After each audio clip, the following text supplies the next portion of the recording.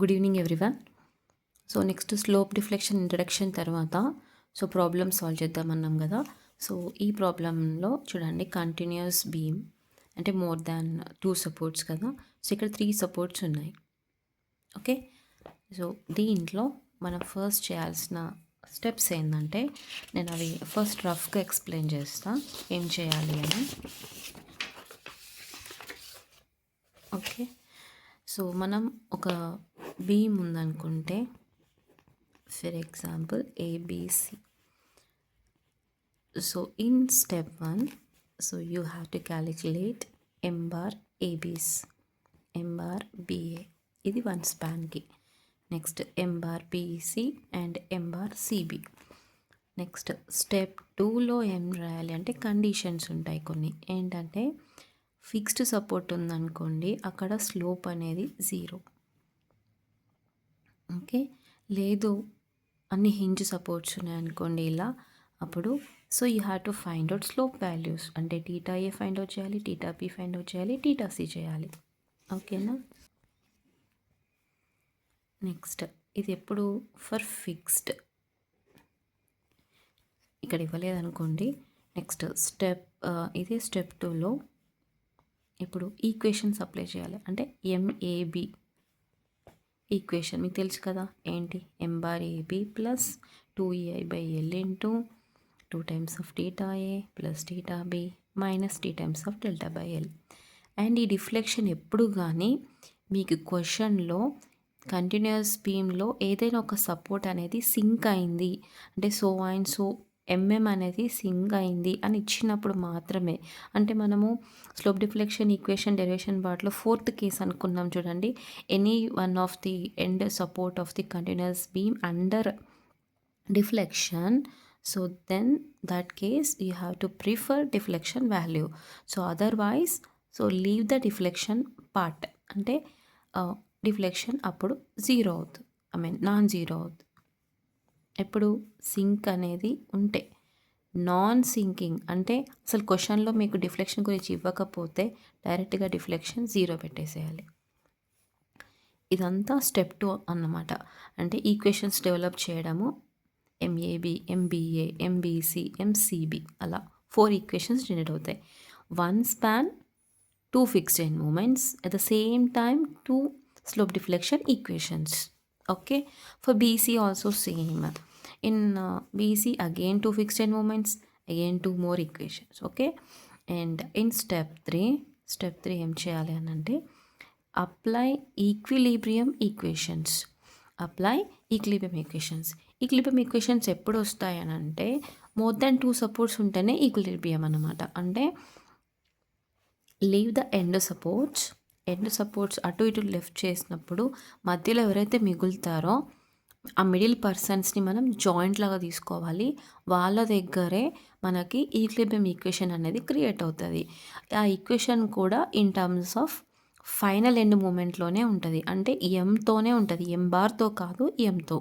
అంటే మనం ఏమనుకోవాలి అని అంటే, బి దగ్గర కాబట్టి, బి అనేది జాయింట్ కాబట్టి, సో బీతోనే స్టార్ట్ అవ్వాలి ఈక్వేషన్. అంటే ఎంబీ2 లెఫ్ట్ సైడ్ డైరెక్షన్ ఏ, నెక్స్ట్ సమ్మేషన్ అన్న కదా ఎంబీ2 సి డైరెక్షన్. ఈ రెండింటిని సమ్మేషన్ చేస్తే మనకి 0 అవ్వాలట. అంటే ఇక్కడ 60 వచ్చింది అనుకోండి, ఇక్కడ -60. ఓకే, సో ఇక్కడ -50 వచ్చింది అనుకోండి, ఈ వాల్యూ +50 ఉండాలి. సో అలా మనకి ఈక్విలిబ్రియం ఈక్వేషన్ అనేది జాయింట్స్ దగ్గర డెవలప్ చేస్తాం. ఓకే, సో మనకు వచ్చిన అవుట్పుట్స్ని బట్టి కూడా మనం డిసైడ్ అవ్వచ్చు. బి జాయింట్ దగ్గర సపోజ్ ఎంబీఏ వాల్యూ ఎక్స్ అనుకుంటే, ఎంబీసీ -x వచ్చిందా లేదా మనం చెక్ చేసుకోవాలి. ఓకే, సో స్టెప్ 3లో మనం ఈక్విలిబ్రియం ఈక్వేషన్స్ అప్లై చేస్తే, ఓకే, అండ్ ఈక్వేషన్ని యూజ్ చేసుకొని మనము అనలైజింగ్ చేసినప్పుడు మనకు కావాల్సిన అన్నోన్ పార్ట్స్ అంటే EI theta B, EI theta A values వచ్చేస్తాయి, స్లోప్ వాల్యూస్ వస్తాయి. వచ్చిన స్లోప్ వాల్యూస్ని మళ్ళీ స్టెప్ 2లో ఉన్న ఈక్వేషన్స్లో సబ్స్టిట్యూట్ చేస్తే మనకు వచ్చేది final end moments. Okay, step 4లో మనం చేయాల్సింది final final end moment calculation.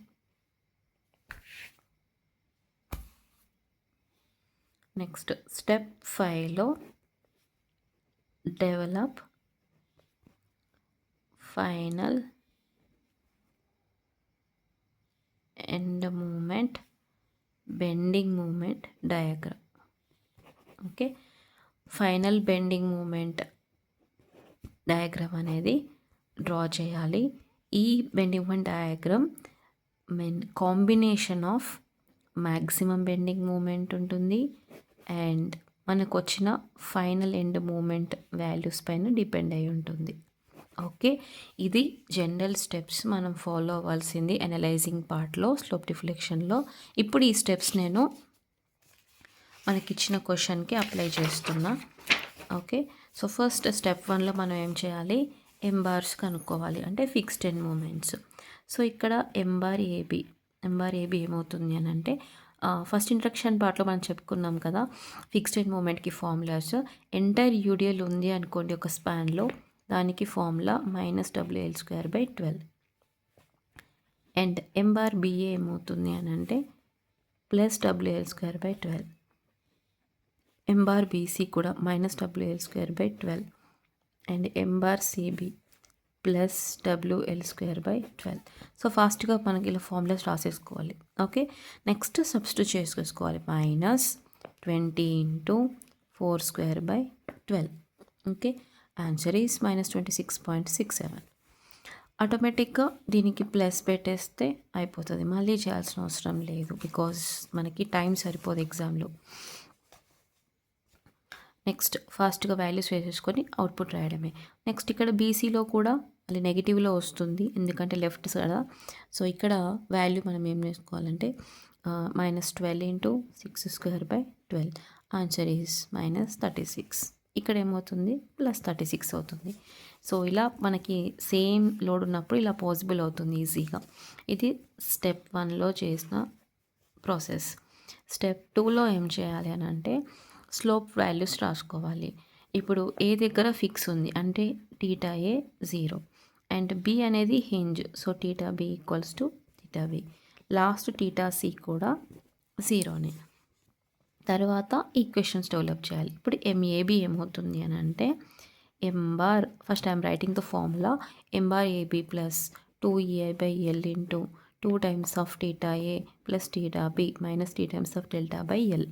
ఇక్కడ ఏ ఉంది 2 times of θA ఉంది, బి ఉంది 1 time of θB, 2 + 1 3. రిఫ్లెక్షన్కి మాత్రమే మైనస్ వస్తుంది, రిమైనింగ్ వాటికి ప్లస్ వస్తుంది. ఓకే, ఇది కామన్ తీసాం కాబట్టి ముందు 2A/L ఉంటుంది. ఓకేనా. Next M bar AB formula, M bar AB substitute చేసేసుకోవాలి. ఎం బార్ ఏబి ఎంత ఉంది ఇక్కడ -26.67 + 2E. ఇక్కడ ఈ వాల్యూ అనేది ఇవ్వరు. ఓకేనా, మనం ఇన్ టర్మ్స్ ఆఫ్ EI/θA, EI/θBలోనే మనం స్లోప్స్ ఫైండ్ అవుట్ చేసేసుకోవాలి. Next length of the span already ఉంది. నెక్స్ట్ θA 0 ఇక్కడ ఉంది, θB మనం ఎంటర్ చేసుకోవాలి. డిఫ్లెక్షన్ అసలు క్వశ్చన్లో నేను ఇవ్వలేదు కాబట్టి ఇది కూడా 0నే. సో ఇది ఈక్వేషన్. ఓకే, నెక్స్ట్ ఎంబీఏ ఏమవుతుంది అని అంటే మళ్ళీ ఎం బార్ బిఏ +2EI/L కామన్. ఇప్పుడు బి ఉంది కాబట్టి 2 times of θB + θA -3 times of delta/L. ఇది 0, θA 0. ఇప్పుడు ఎం బార్ బిఏ సబ్స్టిట్యూట్ చేస్తే +26.67 + 2EI/ length of the span again 4, 2 times of θB. ఇది equation number 2. Next MBC, M bar BC +2EI/L × 2 times of θB + θC -3 times of delta/L. delta 0, θC 0. Okay, M bar BC -36 + 2EI/ length of the span 6, 2 times of θB. Okay, equation number 3. Next MCB ఏమవుతుందంటే +36 + 2EI/6 × 2 times of θC + θB -3 times of delta/L. ఇది 0, ఇది కూడా 0, only θB మాత్రమే మిగులుతుంది. ఇది మనం equation number 4 అనుకోవాలి. ఇప్పుడు ఇలా మనము 2 స్పాన్స్కి 4 ఈక్వేషన్స్ డెవలప్ చేసాము స్టెప్ 2లో. మళ్ళీ మనం స్టెప్ 3లో ఏం చేయాలి, apply the joint equilibrium equations. మరి జాయింట్స్ ఉన్నాయా ఇక్కడ చెక్ చేసేసుకోవాలి. ఎన్ని ఉన్నాయి, 3 సపోర్ట్స్ ఉన్నాయి. ఎలాగూ మనం లాస్ట్ సపోర్ట్స్ని లీవ్ చేయాలి, ఇవి పట్టించుకోవద్దు. మధ్యలో ఉన్న వాళ్ళు ఎందరు ఉన్నారో చూసుకోవాలి. ఓన్లీ 1 ఈజ్ ప్రెసెంట్, అంటే ఓన్లీ 1 ఈక్విలిబ్రియం ఈక్వేషనే మనం జనరేట్ చేయొచ్చు. అది కూడా బి డైరెక్షన్ జాయింట్ నుంచి. అంటే ఏం రాయొచ్చు, ఎంబీఏ ప్లస్ ఎంబీసీ 0 అవ్వాలి. MBA plus MBC 0. మనకు ఆల్రెడీ ఎంబీఏ తెలుసు, ఎంత ఉంది, equation 2. Okay, so 26.67 plus okay EI theta B అనమాట. అంటే ఇక్కడ 2, 2, 4 క్యాన్సిల్ అయిపోతుంది కదా, సో అలా. ప్లస్ ఎంబీసీ ఏమవుతుంది, -36 ప్లస్ 4 ఉంది కదా, 2 3s, so 2/3 of EI theta B వస్తుంది. ఇది ఒక ఈక్వేషన్, 5th ఈక్వేషన్ వస్తుంది. ఓకేనా, 5th ఈక్వేషన్ తర్వాత ఇప్పుడు ఇది కూడా మనకి టీటా బి. ఓకే, ఇవన్నీ కూడా టీటా బిలోనే ఉంది. ఇది =0 కదా, సో దీని నుంచి మనకి ఈఐ టీటా బి వాల్యూ వస్తుంది. ఈఐ టీటా బి వాల్యూ ఎంత వస్తుందంటే 5.598 అనేది వస్తుంది. ఓకే, సో ఈ ఈఐ టీటా బిని ఈ అన్ని 4 ఈక్వేషన్లో మనం సబ్స్టిట్యూట్ చేస్తే మనకి 4 values MAB, MBA, MBC, MCB వస్తుంది. So after substituting, okay, I'm getting here MAB equals to అంటే -26.67 plus 2/4 into EI theta B అంటే 5.598 EI theta B value 2/4 into EI theta B. So ఇక్కడ వచ్చేసానికి వచ్చేది -23.87 units our mandatory kilonewton metre. Next MBA ఏమవుతుంది అని అంటే +26.67 plus second equation ఏమైనా ఉంది, EI theta B అని ఉంది, అంటే 5.598 వస్తుంది. సో అక్కడ ఆన్సర్ ఏమవుతుంది 32.27 kilo newton metre. Next MBC ఏమవుతుందంటే -36 ప్లస్ 2/3 ఆఫ్ 5.598 అవుతుంది. సో ఇక్కడ -32.27 వస్తుంది. ఇక్కడ అబ్జర్వ్ చేయండి, చూసారా, ఎంబీఏ ఎంబీసీ +32 -32 0, అంటే జాయింట్ సాటిస్ఫై అయినట్టే కదా. అండ్ లాస్ట్ ఎంసీబీలో ఏమవుతుంది +36. Okay, EI theta B by 3 కదా, సో ఇక్కడ అంటే 2 3s, సో ఈ టీటా బి వాల్యూ ఎంత 5.598. ఓకే, సో ఇక్కడ మీకు 37.87 కిలో న్యూటన్ మీటర్ అనేది వాల్యూ వచ్చేస్తుంది. సో నెక్స్ట్ నేను బెండింగ్ మూమెంట్ డయాగ్రామ్ డ్రా చేస్తున్నా. ఇది మన ఇచ్చిన బీమ్ కదా, ఇక్కడ BAC. Okay, ABC where supports joints are there, so there you have to draw dotted lines. Yes, and after that draw one sleeping line and follow this rule. Left ఇది right అనుకుంటే ఇక్కడ minus, ఇక్కడ plus, ఇక్కడ plus, ఇక్కడ minus, minus plus plus minus 1. ఇప్పుడు ఏబిలో ఇది left, ఇది రైట్, అంటే L for left, R for right. ఇది అప్, ఇది డౌన్, పైన ఉన్న వాళ్ళ అప్, కింద ఉన్న వాళ్ళ డౌన్. ఇప్పుడు లెఫ్ట్ సైడ్ నీకు మూమెంట్ నెగిటివ్ వస్తే స్లీపింగ్ లైన్కి అప్ ఇవ్వాలి. లెఫ్ట్ సైడ్ నీకు పాజిటివ్ మూమెంట్ వస్తే స్లీపింగ్ లైన్కి డౌన్లో రిప్రజెంట్ చేయాలి. ఇప్పుడు నాకు అక్కడ ఎంఏ టు బి కదా, -23 వచ్చింది. సో లెఫ్ట్ సైడ్ నాకు మైనస్లో వచ్చింది కాబట్టి ఇక్కడ 23 అని పెడుతున్నాను. ఓకే, 23.87. నెక్స్ట్ బి టు ఏ. ఇప్పుడు బి టు ఏ అంటే రైట్ అయింది. రైట్ సైడ్ ఏముంది, ప్లస్ ఉంది. ప్లస్ ఉంటే ఏంటి, రైట్ సైడ్ పాజిటివ్.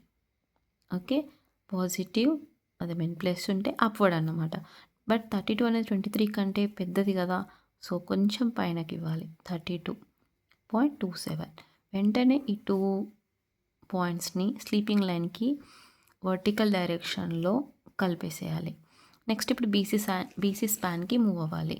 బీసీలో మళ్ళీ బీ టు సి డైరెక్షన్లో వచ్చిన మూమెంట్ చూస్తే -32.27 ఉంది. ఓకే. సో, అంటే -32.7. ఇప్పుడు బీసీలో ఏబీలో బీ రైట్ అయింది. బట్ బీసీలో బీ మళ్ళీ ఏమవుతుంది? లెఫ్ట్ అవుతుంది. లెఫ్ట్‌లో నెగెటివ్ ఉంటే ఏంటి? అప్‌వర్డ్. అంటే సో, అప్‌వర్డ్‌లో ఇవ్వాలి కదా! అంటే ఆల్రెడీ కంప్లీట్ అయింది కదా! సో, మిడిల్‌లో ఉన్న ఓకే. వాల్యూస్‌ని మనం మళ్ళీ ఇవ్వాల్సిన అవసరం లేదు. ఆల్రెడీ ఏబీలో అయిపోతుంది కాబట్టి బీసీలో మళ్ళీ ఇవ్వాల్సిన అవసరం లేదు. ఆల్రెడీ ఇక్కడే ఉంటుంది కాబట్టి. ఇప్పుడు సి2బికెళ్దాం. సి2బి ఏముంది? 37.87 ఉంది.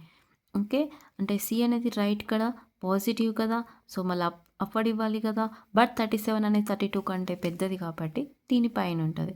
37.87. So, join this point to this end part. And వెంటనే ఇవి జాయిన్ చేసేసుకోవాలి. అండ్ ఇవి మనకొచ్చిన final end moment, bending moment diagrams. But నేను చెప్పాను కదా! బెండింగ్ మూమెంట్ డయాగ్రామ్ ఏంటి?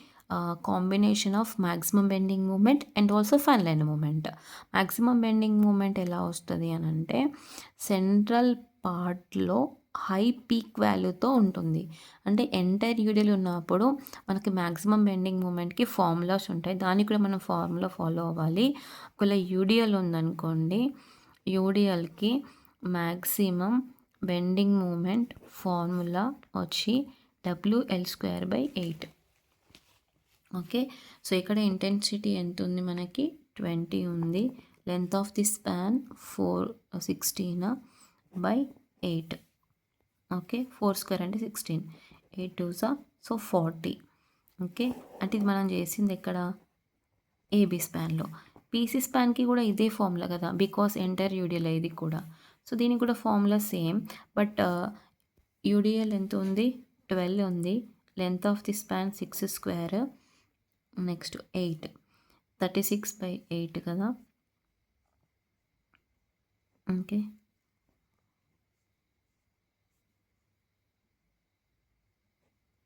ఎయిటీన్స్. సో, 54 అవుతుంది. ఇప్పుడు 40ని రిప్రజెంట్ చేయాలి. ఓకే. యూడిఎల్ ఉన్నప్పుడు మనం బెండింగ్ మూమెంట్‌కి ఫాలో అయ్యే షేప్ పారాబోలిక్ షేప్. దీని హైయెస్ట్ పీక్ సెంటర్‌లో రావాలి విత్ 40. బట్ 32కి 37 కంటే హైయెస్ట్‌లో ఉండాలి ఈ పీక్. ఓకే. ఇది చూసుకోవాలి. నెక్స్ట్ వన్ బీసీ స్పాన్‌లో 54 అన్నాం. 40 కంటే హైయెస్ట్‌లో ఇవ్వాలి. ఇలా. సో, ఇక్కడ 54 రాయాలి. ఓకే. సో, ఈ టోటల్ హైటే మనకి 40. ఈ టోటల్ హైటే 54. మీకు కొన్ని టెక్స్ట్ బుక్స్‌లో ఓన్లీ ఈ హైట్ మాత్రమే ఇస్తారు. దానికి వేరే ఫార్ములా ఉంటుంది. ఈ హైట్ కనుక్కోవాలి అంటే ఈ 2 వాల్యూస్, ఈ వాల్యూస్‌ని బట్టి మనకి హైట్ వస్తుంది. బట్ అదంత అవసరం లేదు. ఓన్లీ 40, 54 ఈ ఫైనల్ మూమెంట్స్ రిప్రజెంట్ చేసుకోవాలి. అండ్ అన్‌కామన్ ఏరియాని షేర్ చేయాలి ఇలా. అన్‌కామన్ ఏరియాని ఇలా షేర్ చేసేసుకోవాలి. ఓకే. సో, ఈ final end moment diagram, maximum end moment కలిపి ఉన్న కామన్ ఏరియా ఏం కాదు.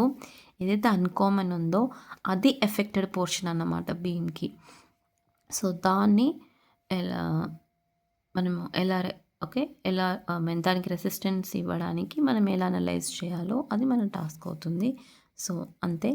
So, in this way, so, we have to analyze the given continuous beam with the help of slope deflection method and calculated final end moment diagrams, and at the end of the problem you have to draw the bending moment diagram by using this rule minus plus plus minus with the left and right, up and downward directions.